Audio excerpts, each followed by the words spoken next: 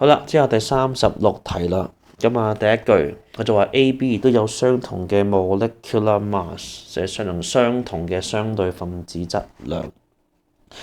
數一題啦，第一個啦 A 咧就 C 有1、2、3、4、5、6個 ，H 就數下啦，1、2、3、4、5、6、7、8、9、10、12，O 又係6個。咁右邊我幫你數噶啦，都係 C6、H12、O6嘅，所以第一句係啱嘅。Same relative molecular mass，所以係正確嘅。第二句 same number of chiral centre， 相同嘅手性中心數目。咁我數下先，左邊就有1粒、2粒、3粒、4粒、5粒。呢5個 carbon 咧係4隻腳都唔同嘅。